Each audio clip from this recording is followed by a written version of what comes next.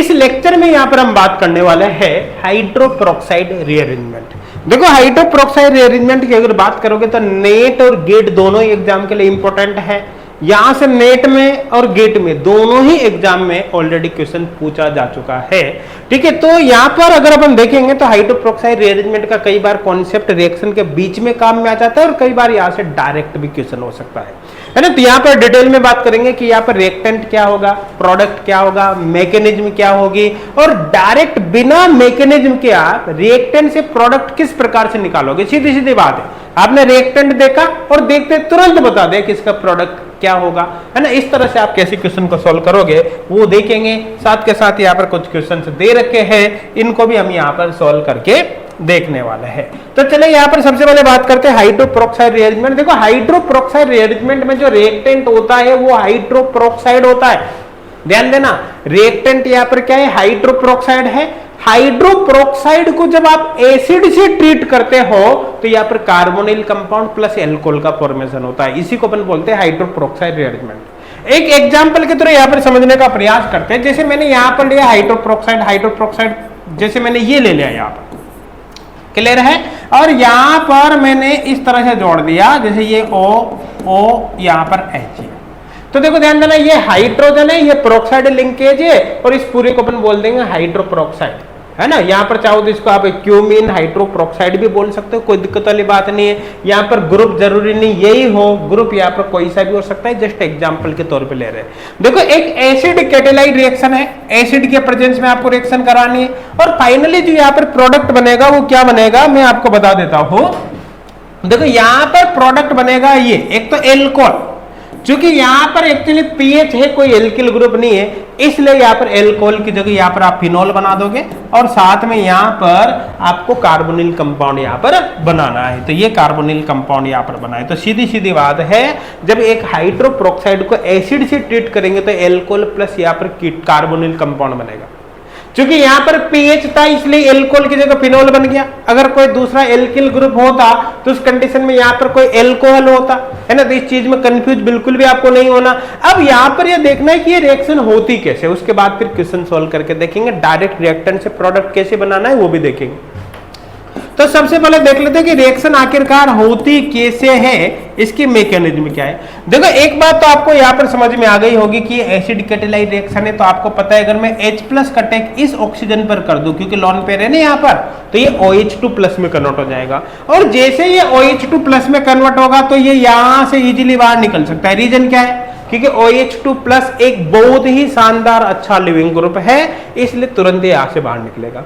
और जैसे ये यहाँ से बाहर निकलेगा तो आपको पता है इस ऑक्सीजन पर पॉजिटिव आएगा, क्योंकि ऑक्सीजन एक हाई इलेक्ट्रोनेगेटिव एलिमेंट है, ऑक्सीजन पर इजीली पॉजिटिव चार्ज एग्जिस्ट नहीं करता, इसलिए जैसे ही निकलने लगेगा यहाँ पर पॉजिटिव डेवलप होने लगेगा, ये अपने पॉजिटिव चार्ज को बैलेंस करेगा और ये जो 3 ग्रुप है 1 2 3, इनमें से एक ग्रुप यहाँ से माइग्रेट कर जाएगा। अब कौन सा ग्रुप माइग्रेट करेगा, वो ग्रुप माइग्रेट करेगा जिसका माइग्रेटरी एप्टीट्यूड ज्यादा है।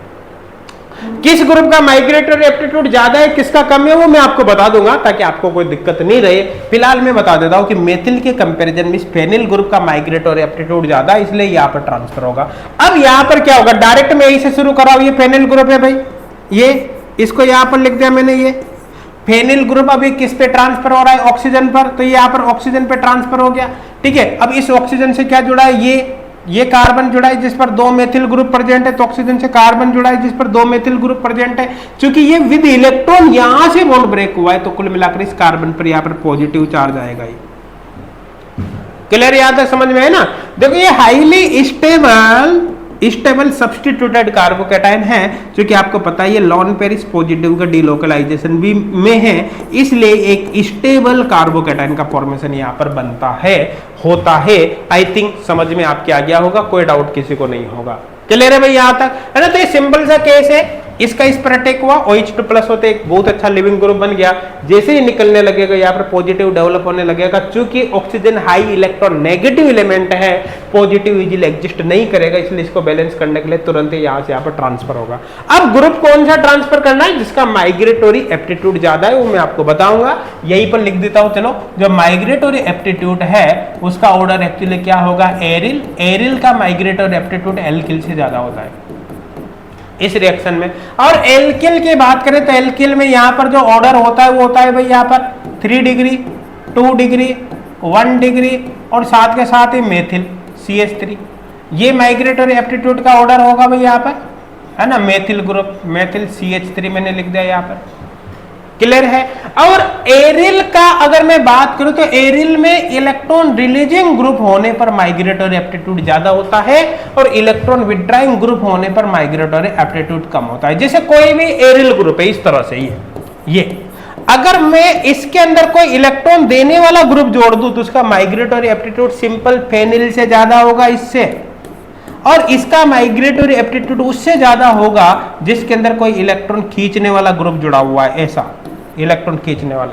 आई थिंक समझ में आ गया होगा, इलेक्ट्रॉन रिलीजिंग में ज्यादा, विड्राइंग में कम होगा, मेरे हिसाब से क्लियर हो गया होगा। अब यहाँ पर सीधी सीधी बात है, हमने इसी ग्रुप को क्यों माइग्रेट किया, क्योंकि इस मेथिल के कंपैरिजन में, दोनों तो मेथिल है, मेथिल के कंपैरिजन में फेनिल का माइग्रेटरी एप्टीट्यूड ज्यादा है, ये आपको ध्यान रखना है। आई थिंक क्लियर हो गया होगा। अब ये बन गया, आपको पता है यहां से भाई OH2 प्लस वाटर बाहर निकलेगा, जो वाटर बाहर निकलेगा उसी का भी यहाँ पर अटैक करा सकते हो। देखो वाटर में ऑक्सीजन पे लोन पेयर होगा, ये यहां से यहाँ पर अटैक कर सकता है, क्लियर है। तो ऐसे केस में यहाँ पर ये बनेगा, यहाँ पर ये बनेगा भाई ये ऑक्सीजन, और यहाँ पर ये, और यहाँ पर आ गया OHH। चूंकि जैसे ही इसकी बॉन्डिंग इससे होगी, होते यहाँ पर ऑक्सीजन पर पॉजिटिव चार्ज आएगा, एसिड बेस रिएक्शन के दौरान ये प्रोटॉन यहां से यहाँ पर ट्रांसफर हो जाएगा, क्योंकि इस पे लोन पेयर ऑफ इलेक्ट्रॉन है। समझ में आ रहा है ना। आगे क्या होगा भाई, आगे आप यहां पर देख सकते हैं, इसको मैं एज इट इज बना रहा हूं इस तरह से, क्लियर। यहां तक देखो, ये हाइड्रोजन कहां पर, ऑक्सीजन पर आ जाएगा, यहां पर ऑक्सीजन पर हाइड्रोजन, क्लियर। इसके बाद देखो ध्यान देना, ये क्या हो गया यहाँ पर OH, तो ये 2 कार्बन और इस पर ये OH हो गया। ये सीधी सीधी बात है, केवल मैंने हाइड्रोजन को यहाँ पर ट्रांसफर किया है। उसके बाद चूंकि इस ऑक्सीजन पर पॉजिटिव चार्ज आ गया हाइड्रोजन ट्रांसफर होने से, अब ये एक अच्छा लिविंग ग्रुप में कन्वर्ट हो गया, तो कुल मिलाकर यहाँ से यहाँ पर, यहाँ से यहाँ पर ट्रांसफर होगा। अब जैसे ये होगा तो ये बन जाएगा, देखो यहाँ से H प्लस तो बाहर निकल गया। अब आपको पता है कि ये फेनिल और ये यहाँ पर OH हो गया, तो ये फिनॉल बन गया। साथ के साथ यहाँ पर देखो ये 2 मेथिल ग्रुप है, इसे ये 2 मेथिल, और बीच में आ गया डबल बॉन्ड हो, ये यहाँ पर बन गया। सिंपल सा केस है, ये इसके मैकेनिज्म है। हाइड्रोपेरोक्साइड रिएरेंजमेंट में ज्यादा कुछ याद रखने की कोई आवश्यकता नहीं है। आपको डायरेक्ट प्रोडक्ट कैसे बनाना है सीधा सीधा वो देख लो।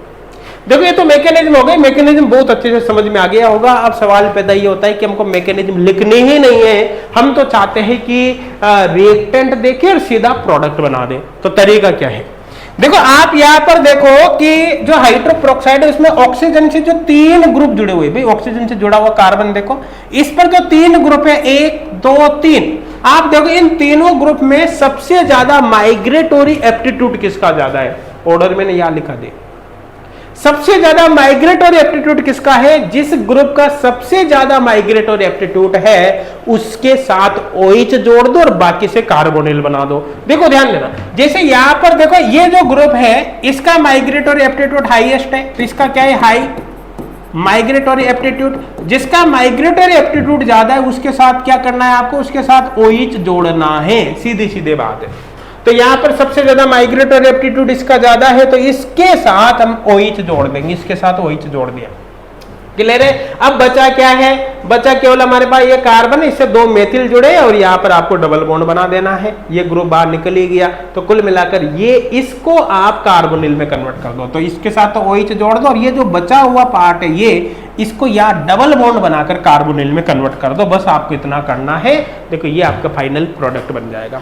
अब एक बात समझने की कोशिश करो, देखो अगर एग्जाम में मान के चलो कि यहां से कोई भी क्वेश्चन आता है, सपोज करो एग्जाम में कोई भी क्वेश्चन यहां से आता है तो ऐसे केस में क्या पॉसिबिलिटी हो सकती है।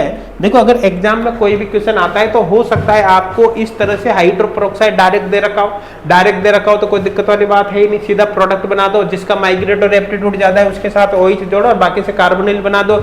लेकिन ऐसा भी हो सकता है कि आपको हाइड्रोपेरोक्साइड डायरेक्ट नहीं दे रखा हो, आपको कोई ऐसी कंडीशन गिवन हो जिसके बेसिस पर आप सबसे पहले हाइड्रोपेरोक्साइड बनाओ और फिर जो हाइड्रोपेरोक्साइड बने उसकी आगे आप रिएक्शन कराओ, मतलब हाइड्रोपेरोक्साइड रीअरेंजमेंट आप कराओ। जैसे यहां पर अपन कुछ क्वेश्चन करके देखते हैं ताकि आपके डाउट खत्म हो। जैसे ये क्वेश्चन देखो, इस क्वेश्चन में देखने पर आपको कहीं पर भी हाइड्रोपेरोक्साइड दिखाई नहीं दे रहा होगा, है ना। आप वीडियो को पॉज करके एक बार क्वेश्चन खुद सोल्व करके देखो, ट्राई करो क्वेश्चन को, आपको इसमें कहीं पर भी हाइड्रोपेरोक्साइड नहीं दिख रहा होगा। लेकिन वास्तव में इस क्वेश्चन में ऐसी कंडीशन दे रखी है जिससे हाइड्रोपेरोक्साइड पहले बनेगा। जैसे देखो समझना, आपको पता है HClO पर एसिड है, H+ इससे मिलेगा और ये भी आपको पता है कि इधर इलेक्ट्रॉन रिलीजिंग ग्रुप होने से बॉन्ड ऐसे टूटेगा, इस पर माइनस आते हैं, यहाँ पर अटैक करेगा तो कुल मिलाकर इस कार्बन पर पॉजिटिव चार्ज आएगा। अब देखो ध्यान देना, समझना, यहाँ पर क्या होगा, इस कार्बन पर पॉजिटिव चार्ज आएगा, कुल मिलाकर ये CH3 हो गया, ठीक है। यहाँ पर ये CH3 ऑलरेडी है, ये PH यहाँ पर है इस साइड और यहाँ पर ये पॉजिटिव चार्ज आ गया।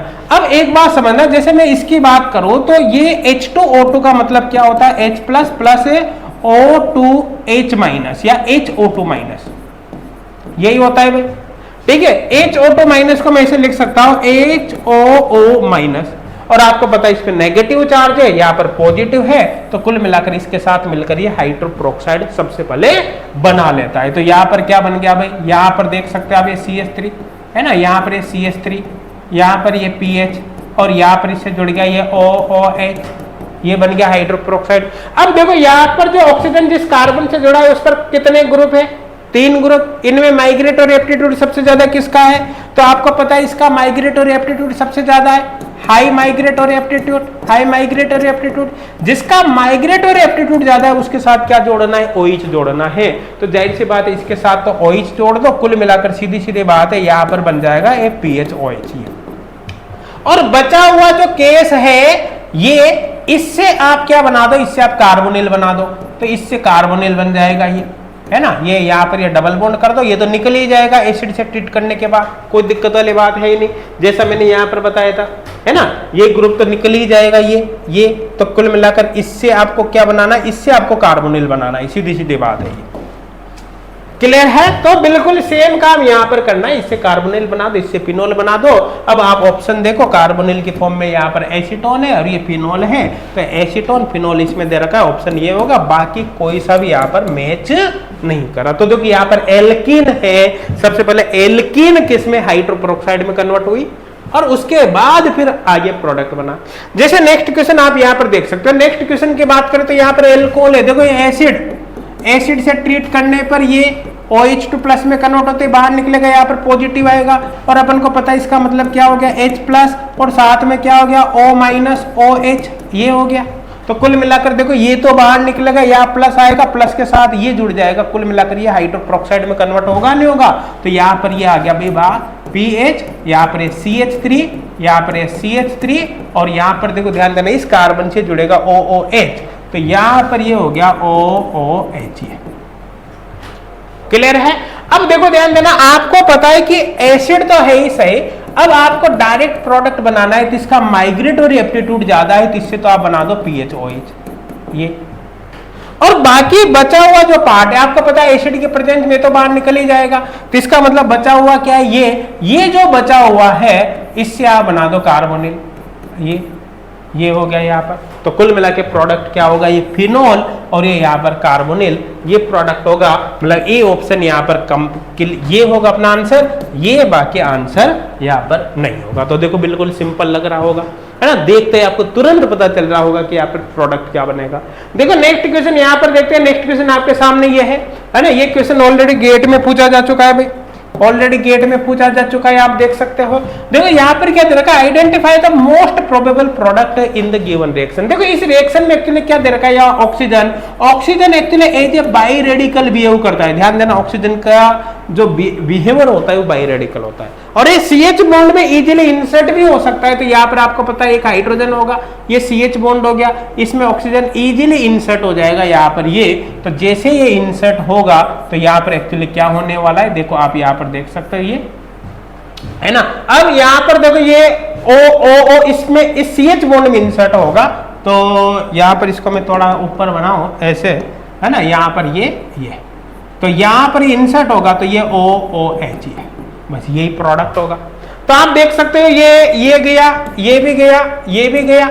यहाँ पर देखो आप इसको, तो ये हो गया पूरा, और यहाँ पर ये 2 मेथिल है और इसी कार्बन से ये OOH जुड़ा, ये OOH है। तो कुल मिलाकर C ऑप्शन यहाँ पर करेक्ट होगा। तो कुल मिलाकर अब मेरे हिसाब से हाइड्रोपेरोक्साइड रीअरेंजमेंट क्या होता है, बहुत अच्छे से आपके समझ में आ गया होगा। हाइड्रोपेरोक्साइड रीअरेंजमेंट से रिलेटेड सिंगल डाउट आपके दिमाग में नहीं होगा। देखो ज्यादा थ्योरी को लंबा चौड़ा बड़ा कर पढ़ने का कोई फायदा नहीं। कॉन्सेप्ट बेसिकली अपन को समझना है, उस कॉन्सेप्ट को यूज में लेते हुए डिफरेंट वैरायटी के क्वेश्चन सॉल्व करना है। देखो कुछ क्वेश्चंस में यहां पर सॉल्व कराता हूं और बाकी क्वेश्चंस आप और भी ज्यादा प्रैक्टिस करो, है ना। वैरायटी के अलग अलग क्वेश्चंस को आप सॉल्व करने की कोशिश करो। जितने ज्यादा क्वेश्चन सॉल्व करोगे एक कॉन्सेप्ट को पढ़कर, आपके सिलेक्शन के चांस ऑटोमेटिक उतने बढ़ेंगे। मुझे नहीं लगता अब आपके कोई भी डाउट होगा। एक चीज यहाँ पर आपके अच्छे से अब समझ में आ गई होगी।